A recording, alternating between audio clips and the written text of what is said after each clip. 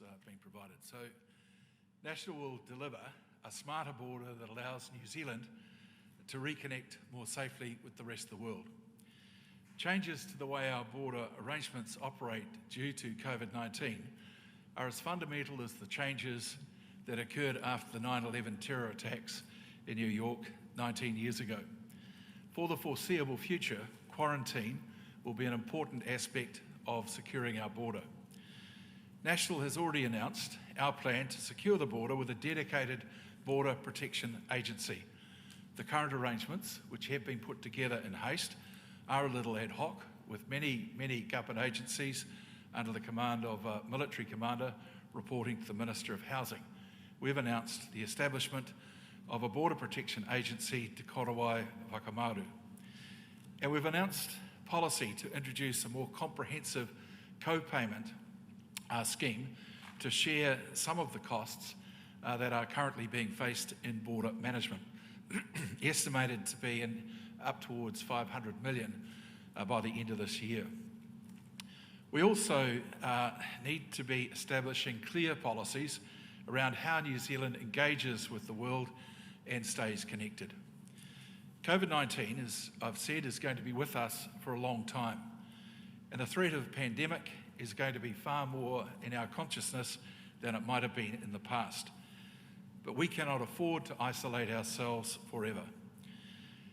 The latest dire projections from Treasury show decades of deficits and skyrocketing debt.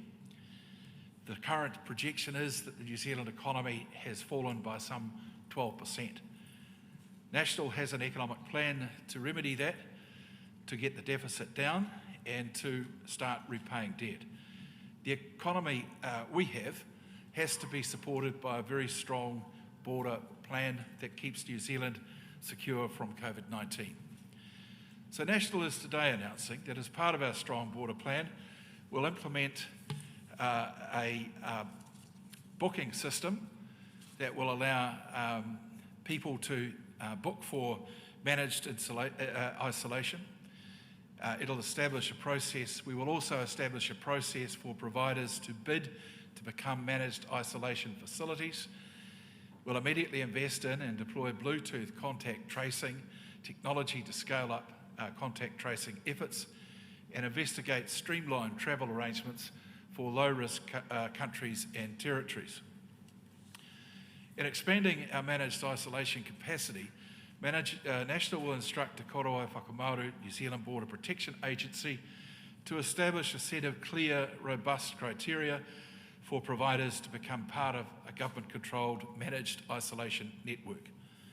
All managed isolation facilities will need to meet or exceed required levels of safety, security, reporting, training and testing. The agency will remain full oversight of all facilities.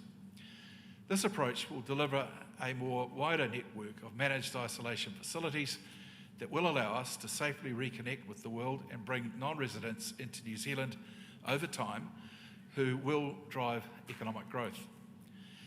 We'll implement a booking system to allocate space in approved managed isolation to allow New Zealanders as well as essential workers and other high-value visitors to book a place in managed isolation. Priority will always be given to returning Kiwis, followed by essential workers, skilled workers, students, and eventually longer-term tourists. Safely bringing non-residents back into New Zealand will give our economy the boost it desperately needs from skills and capital while supporting thousands of jobs. We'll immediately invest in the deployment of Bluetooth contact tracing technology to scale up contact tracing efforts. National will invest in Bluetooth technologies, recognising the privacy of individuals must be respected. We will also continue trials of other technologies like the COVID card to allow for opportunities for us to become smarter about our managed isolation processes and protocols. National will also investigate the streamlining of travel arrangements for low-risk countries and territories. Flexible arrangements have been put in place and negotiated for the Australia-New Zealand rugby test matches later this year. Exploring options alongside public health advice including flexible arrangements for Pacific countries that have had no COVID-19, should be explored. National would look at flexible arrangements for countries and territories where there is no COVID-19, where they are COVID-free. We would, of course, still require robust safety measures for all travellers into New Zealand. They would be required to undertake a pre-departure test and prove clear, submit health declarations, undergo thermal imaging at airports, have compulsory 3-day testing, and be able to adequately then be contact traced once their isolation period has finished. Happy to take any questions. Sorry, can you speak up to it? What do you mean by streamlined travel arrangements? Does that mean something you might have to go through quarantine? No. What it means is that if you are a realm country where there is no COVID, or another Pacific nation where there's no COVID, and increasingly around the rest of the world there'll be an understanding that they are more free of COVID, then we would have a straightforward process where they could also get into the booking system to book a place to come into quarantine in New Zealand. Well, if you're going into quarantine, you're going into quarantine, not into a bubble. And once you've proved clear in that environment, then of course you can take advantage of the rest of the country. Is bringing in the private sector a responsible thing to do, given Victoria's experience? Well, we would learn from whatever they did wrong in Victoria for a start, but I think it is the right thing to do. We're facing endless costs in the system that we've got at the moment. It's appropriate that it was put in place right now, but it's not something that can last forever. And remember that even the current system has had its breaches, you know, right from the two women who went for a ride down the highway, the people that have gone off to the bottle store, that type of thing. And somehow, of course, we've got the whole of Auckland just having gone through the second pretty serious lockdown and continues to be in lockdown because COVID-19 came across the border. So we think that you can secure, with good management, other facilities, but they're going to have to meet tests. They're not just going to be able to say, right, you know, I'm the XYZ motel out over here and I'm okay. But wasn't it part of the problem? Wasn't the reason that the military was brought in to stop those people from escaping? And if you get private security guards and they have no power to detain, they have no power to put people back where they are. Well, you'd have seen in the full briefing pack that we intend Te Korowai Whakamaru, New Zealand Border Protection Agency, to have staff that will be similarly trained to AVSEC or MPI or Customs, but with that very specific role of securing our borders. So I think you're looking at an entirely different arrangement. At the moment, relying on both military and police is not a long-term sustainable options for New Zealand, given that we're going to be that this change, we believe, is quite fundamental to the way the border will be dealt with in the future. So you would give MPI Sorry? staff the ability to arrest people? Beg your pardon? So you would give MPI staff, border security staff, the ability to arrest people? No. I said MPI as an example of where you have trained officers who just look at customs. You've got trained officers who look at aviation security, trained officers who look at customs arrangements. We need a group of New Zealanders, another trained department that looks entirely at the way in which you keep COVID-19 out of New Zealand. Arrest is something that is the role of the police. Many of those agencies have detention capacity, and that's probably where we would end up. Sorry, can you speak up? I'm a long way up here. I'm having to shut down New Zealand's largest city. Is there merit to moving the MIQ facilities to further around the country, so that the main MIQ facilities? Does National think there's merit in that idea? Yes, that's why we're saying that we need to have people who want to offer these facilities able to do so, provided they meet the criteria. So there's sort of talk out there about building new facilities. We've got lots and lots of facilities in this country that could be modified, altered, and set up so that they can take long-term, or take quarantinees in the long term. So Auckland's not the main centre. Would National agree with having it spread across the country? Well, Is that higher risk for COVID-19? Well, I don't think so, because the only place that we've had quarantine come over the border has been in Auckland, but quarantinees have been going to Rotorua and Christchurch, and we haven't had those problems. So how you transport people from their international arrival to their destination for quarantine is also something that will need to be part of the strict criteria that anyone will have to meet. So can you clarify who Just, sorry, just Can you clarify who exactly would be in charge of security at the private accommodations that would be used for managed isolation? What powers would those people in charge of security at those facilities have? the overall management of the quarantine facilities or operations would remain with Te Korowai Whakamaru. The people that are employed by them to engage in the operation or the security of those facilities would most likely have detention powers, with only police having power of arrest. So can you just clarify what kind of private accommodation providers would be eligible? So would we have Airbnb MIQs?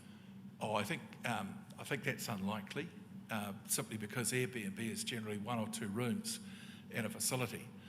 But there are lots and lots of lodges and other such around the country where they may be able to meet the criteria. It's not going to be just stick your hand up and everyone says yes. There will be a pretty stringent set of criteria that will have to be met. So safe, it's all in the pack, safe transport to the facility, security at the facility, testing at the facility, and of course the isolation of the facility itself. I'm just a bit confused about how that's any different to what we've got now. What we've got at the moment is a system that's entirely paid for by the taxpayer. By the end of this year, it will top 500 million. What we are looking at is a system where people may be able to book into facilities that will have higher charges, perhaps, but they'll meet all of those charges if they choose to go into those facilities. And over time, then some of the more expensive facilities being paid for by the taxpayer may not meet the criteria any longer. So like luxury lodge MIQs? Possibly, who knows? I think we've got to think about this. I mean, we've lopped off a massive amount of the economy, declined by 12%. It's big. We're looking at very, very rough projections for New Zealanders, massive unemployment. If there are other ways to open the border securely, safely, then I think we should look at them all. And that's really what this policy is all about. And would staff at these private facilities be tested in the same vein that border security staff are tested? Yes, they will be. Given we know how well COVID spreads, even when you have really stringent measures in place, is this an example of national being willing to sacrifice some of the health side of things to allow the economy to reopen? No, I think what it is recognising that you can have very safe, very strong, quite stringent arrangements around border security, around who can come into the country, but you could have them on a broader scale, and you can slowly open the border up. We're not talking about wholesale opening the border by any manner of means, but there are facilities around the country that I think will be able to meet the criteria, and I think we should then explore whether or not they can be included in that network of isolation facilities. But you accept that this will increase risk, right? Because the more people you bring in, more people with COVID into the country, and internationally, where there's nationals praise other countries, you're still looking at situations where more COVID comes in. So there's nationals saying, we're the economic people, we open the gates more, but there's going to be more risk there. Well, that's an interesting view, but we would require people to test free of COVID 36 hours before they get on an aircraft. That's not what the current government are doing. Well, we've had an example, right, where just in the last day, there's someone who's come out of quarantine, basically 3 weeks into the quarantine period, is tested positive, right? So 36 hours before they hop on a plane, really, it's nothing. My counter to that would be that is there anyone saying that the country should have people in quarantine for a significantly longer period of time? I think Michael Baker yesterday expressed the desire for people to have further testing beyond the 12 days. That's something that certainly can be looked at. We have no desire to expose New Zealand to greater levels of COVID-19. Our lack of COVID-19 here is a massive advantage going forward. we take advantage of that by having very secure border policy that will gradually let more people come into the country. And would you look at scaling down the number of hotels set up at the moment for managed isolation that cost New Zealanders returning home $3,000? Would you scale that down? And is it possible that New Zealanders would end up having to pay higher amounts to isolate here because you kind of put the focus on private accommodation instead? We've had close to 50,000 New Zealanders come back so far. We would expect there to be quite significant numbers more. Those facilities will obviously not close down anytime soon, but we're putting up the suggestion there should be some alternatives. Are we using, I'm sorry if I don't understand this, No, we are. All the facilities at the moment are privately owned. so what's the difference here? Beg pardon? What's your point of difference? Well, at the moment, they are selected by the government and are in relatively sort of big centres. We're thinking that there can be a greater spread, perhaps into some of the areas that have relied on tourism or are going to be relying on seasonal workers or specialist workers, that there might be other arrangements that we put in place. We're just saying, let's have a look at a policy that creates that flexibility. You can set up the MIQ at local poor hotel. Beg your pardon? You can set up a local poor facility if you like. Is that what you If they choose to bid in and they can meet the criteria and the expense involved in setting up, then clearly you'd have to consider that. Can So I ask you about hotels the hub? being used the hotels being used at the moment, can they choose that they want to charge people more money? At the moment, they charge the government that money, and I don't know what the room rates are. I'm told they're paying reasonable sort of rates for those rooms, but at the moment, someone is allocated where they go. What we're saying is maybe it's time for, given that we're going to charge everybody $3,000 or $1,000 for the second person in a bubble, $500 for kids in those bubbles, we're saying that there should be some choice perhaps about where they actually go, and if there are additional costs, then they would be required to meet them. Would there be any lower rates? So if you found cheaper motels that they can stay at, would there be an option there? Well, that may emerge, but at the moment we are saying that our charges for government-run facilities will be as we've announced already. But that staffing would remain with the government. There wouldn't be any private contractors running them? That would be the expectation. If they were to be private contractors running them, then they won't be just people who've been plucked off the street and given a security guard's ticket. They'll have to go through a very rigorous process before they'd meet that criteria. Let's just talk about the hub. The costing is Beg your pardon, sorry? the entire National Party border policy says it costs $120 million for the entire policy. Is that just what you've announced today, or is that including what you've already announced in terms of the border agency and the testing 36 hours beforehand? Well, Break down that cost. yeah, as much as I'm able, given that we're talking about a policy that's yet to be implemented, so you make best efforts on those, and sometimes your best efforts get widely criticised. So I'll be careful and say that this is an effort to try and take cost away from tax-paying New Zealanders.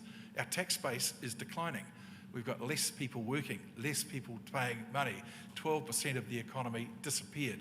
So we do have to be very, very mindful that if there can be savings in border management, then we should take them. So the $120 million covers what you've announced today, or what you've announced today, and the agency and the testing that you've announced previously? Does it cover the entire? There should be no additional costs in what we're announcing today. There could possibly be savings in what we're announcing today. Unskilled and essential workers coming into the country, and you wanting to spread that around New Zealand.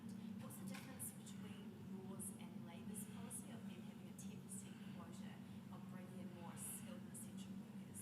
Well, what they're talking about is places inside the current 7,300 places. And what we're saying is that perhaps if criteria can be met, some of those workers who might only be coming here for a short period of time could be isolated and given a clean bill of health at other facilities if they meet the criteria, and that would be at the expense of those industries. And we're coming up to summer. There's a huge need for seasonal workers around this time. How fast will National implement this? as quickly as possible. We would establish the agency within the first 100 days. The agency itself would then, as in the case of all government agencies, set up its process for the eventual delivery. Remember, you're not going to replace this overnight. We're talking about a new arrangement that will transition the current arrangements. It's just not sustainable to have a military in the numbers that are currently at the border facilities permanently, nor for police either. And remember, at the moment you've got at least 7 government agencies there. Then you've got the hotel staff as well. So it's quite a broad arrangement that's there at the moment. Can you actually bring back the RNZ arrangement in terms of seasonal workers? Well, the arrangement is what the arrangement is. It's the ability to come across the border. That's the difference at the moment. And we would certainly want to look at whether that's possible, because, while people say, look, we talk about the 220,000 New Zealanders who are unemployed and the many others who don't have a job but can't get on that particular benefit. It's not always easy for people to transition away from their homes for a short period of time. And it's also fair to say, while I would want to see New Zealanders make every effort to get a job and to be self-sufficient, that not every person who was once in a particular job can suddenly become great at agricultural work or horticultural work. So, there will be at least, I think for the next season, a shortage that people are going to have to try and fill up somehow. But New Zealanders first. What action plans do you have in store for a second harbour crossing? And had you actually discussed this issue before the issue arose on Friday? Yes, we did. And the situation out there, I think, is quite dire. It'd be very interesting to see if, in fact, the temporary fix that's being proposed can work. I hope it can, because the city's been shut down enough, and Auckland slowing means the economy is slowing, let alone the inconvenience for Aucklanders, and particularly those living on the North Shore, or north of the shore, should I say. So we had, going right back to 2014, I think, been looking at the second harbour crossing. We announced a program way back then. We haven't been government for 3 years.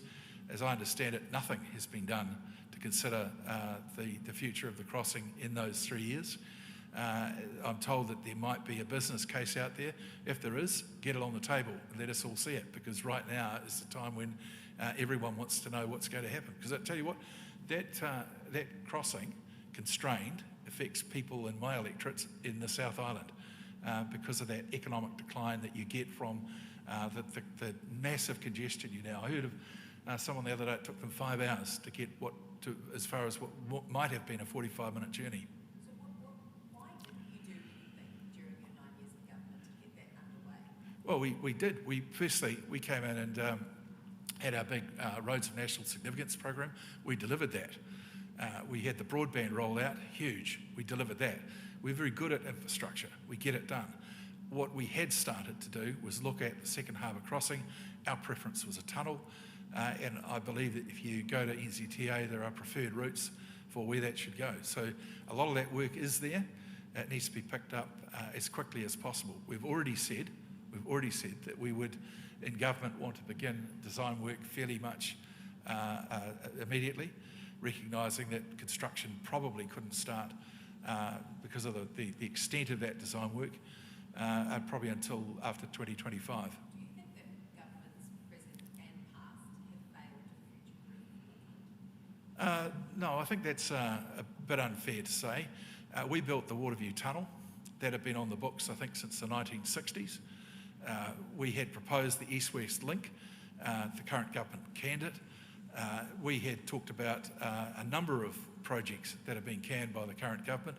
And if you look at the actual amount of, particularly, given that transport is a very important part of the infrastructural ability of any economy to flow, we had a pretty good record, very good record, in fact.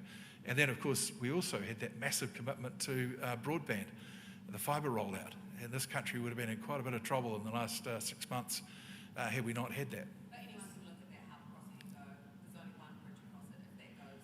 Well, remember that the bridge has only been there for about 50 years, so there were alternatives. And we were looking at those alternatives. But I'll tell you what, you stop a plan, stop a program for 3 years, it sets you back. And that's what's happened here. How quickly can you start on this hub crossing if you're a government? We've said that we would want to commence the design work immediately. It is a big design project. It's a massively expensive project, and we would see construction on that starting in 2025. And it sounds like a long way off, but it's actually not. Just on the Bluetooth contact tracing and the COVID card, who would National work with to develop that? Look, you've got a lot of technologies that are out there at the moment. You've got the Google-Apple arrangement that apparently a lot of people already have on their phones. I think Google are due to put the app in make it available to people shortly. Apple have already done that. You've got the system that's being used by Singapore and Australia. You'll have others that are developed around the world. We would like to look at them all. And eventually something like that, if it's to be rolled out nationwide, would be something that would go through a proper procurement process. Would you work with Sam Wolford from Trade Me on the COVID card like the government tries to, the Ministry of Health? Well, we're very keen on the COVID card. We think it works really well. We want to see that trial continue, and we're a little bit perplexed about what the hold-ups have been. One thing I think would be very useful, and it's in our pack, is that people in managed quarantine are going to have a COVID, some sort of a tracking arrangement, track and tracing arrangement while they're in quarantine, as will the border staff. It'll tell you who you're in contact with. You know, we've had all the sort of, we had the maintenance worker at the hotel in town. No one quite knows how he got it, apparently. But, and we've also had this, the South Auckland cluster. No one seems to know where that came from. And I think we do have to have better tracking. And I think New Zealanders are doing very well with the app that's available at the moment, recording where they're at. I'm sure you all clicked in on the way in here. I did, and I think, but in the end, it's going to be a convenience thing. If all of the information about where you are and what you're doing is held by you, your privacy is protected. If it turns out that someone you've been in contact with has got it, and you're one of the clicks on their app, then you get contacted and you go straight into isolation and quarantine. I think it's a much faster system for getting on top of these things, and we're going to need that. And just on back on the private accommodation and using different hotels and motels around the country, do you run the risk Well, I think you've got that. not having accommodation if they want to get out and travel around the country? You're going to take away a large portion of available accommodation. No, and I think there'd be accommodation providers in many parts of New Zealand who would be interested in looking at it. Not all will be.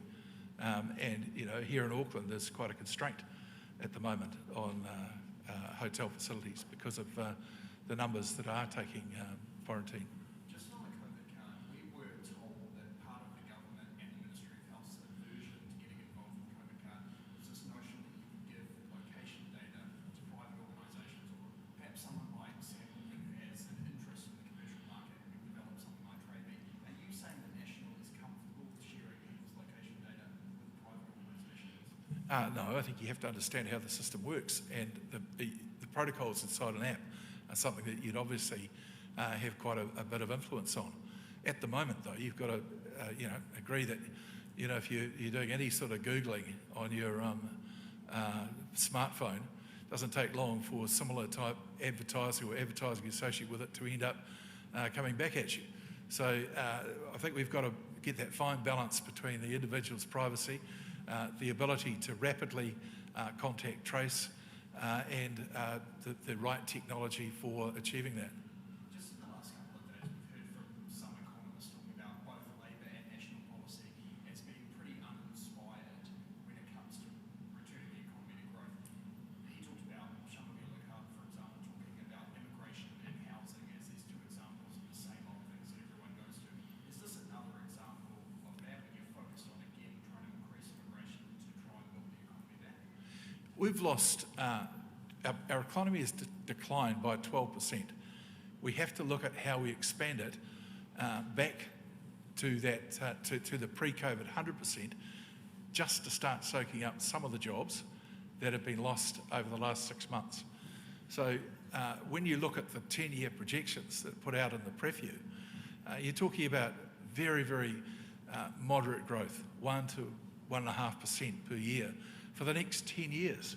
Now that doesn't get you back in any meaningful way to where we were in March or February of this year. I don't think that's ambitious enough. And while economists might like to say that the programs aren't exciting enough, they're the same people who will criticise them if there is what they see as being inappropriate spending or borrowing or otherwise. It is a time when the economy is in trouble that you have to do some things that are different. I could tell you that the tax reduction program for 16 months to see how it goes is risky, but it's well worth it because you put immediately a large amount of money back into the economy. And so this is just another part of it. Are we going to spend the next 10 years totally locked down? You have to start to work out how you get out of these things and what the new normal is. Do you think this will be very palatable with the electorate, given you've got a time when people are massively going into the labour market and you're talking about increasing migration into the country? Even in the lead up to elections, is this a very palatable policy? Well, if you look at migration into the country, it is entirely at the moment returning New Zealanders who've got every right to come here. That will continue. But where parts of the country can't get a workforce, if they are able to meet the requirements here, then obviously there would be some interest in facilitating that. Look, so many of the jobs that New Zealanders have lost are dependent on technology, on agriculture, on all of the things that we normally do, and tourism.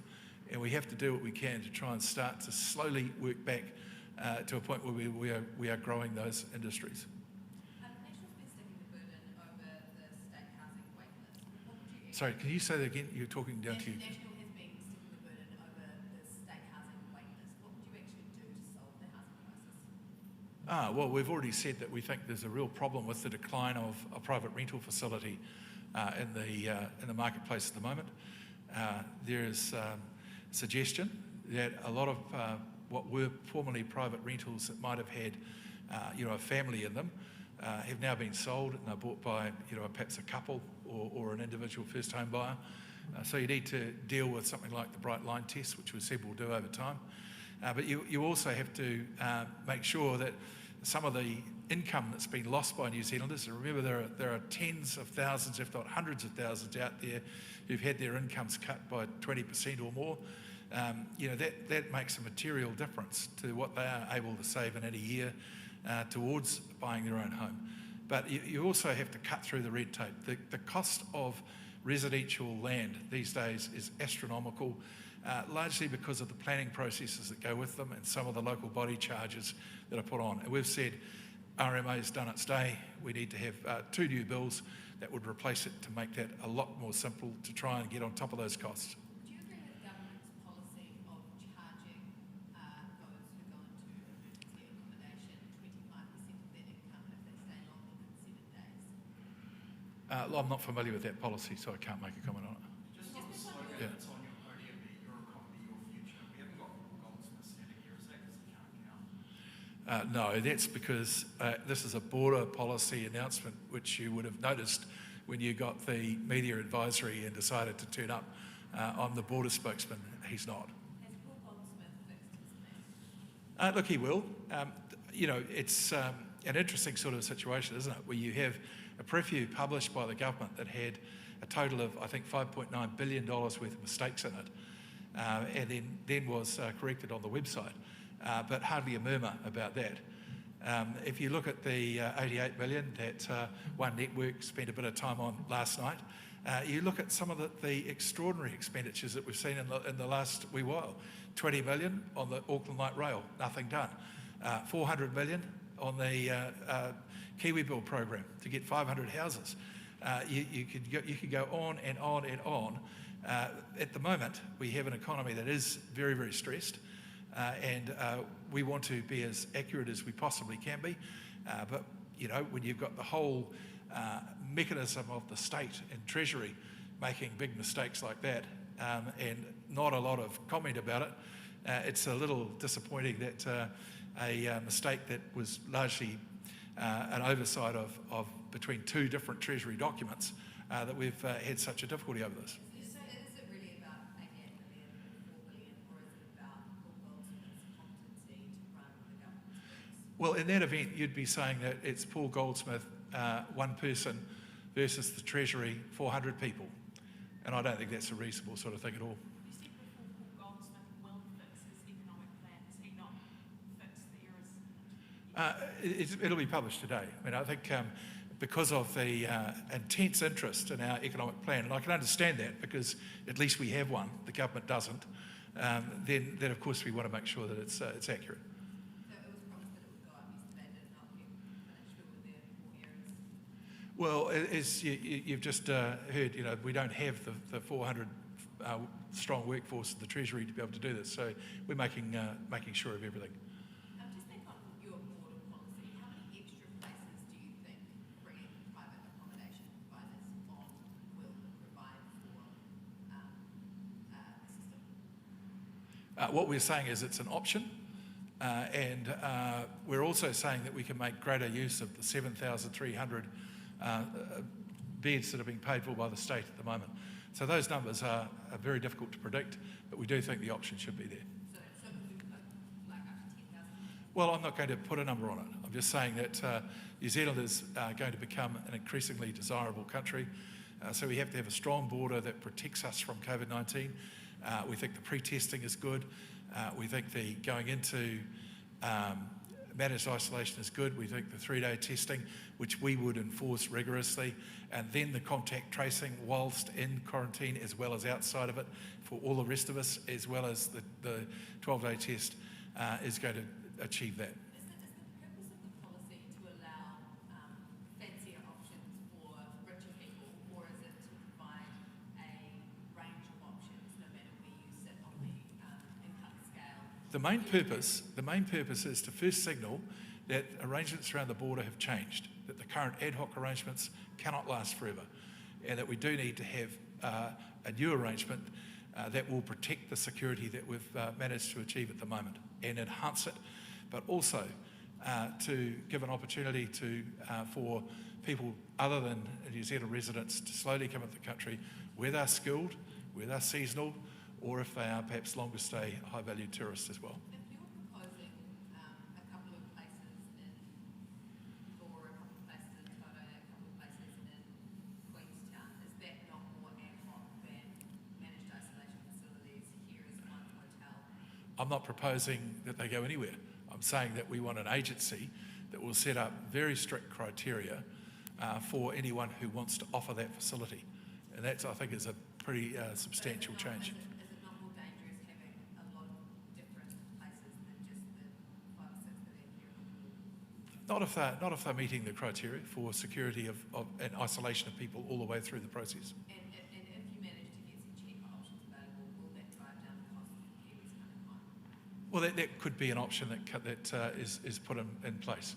But we certainly resolved that the taxpayer cannot keep meeting this cost indefinitely, that there will be co-payments. We've said what the co-payment regime is.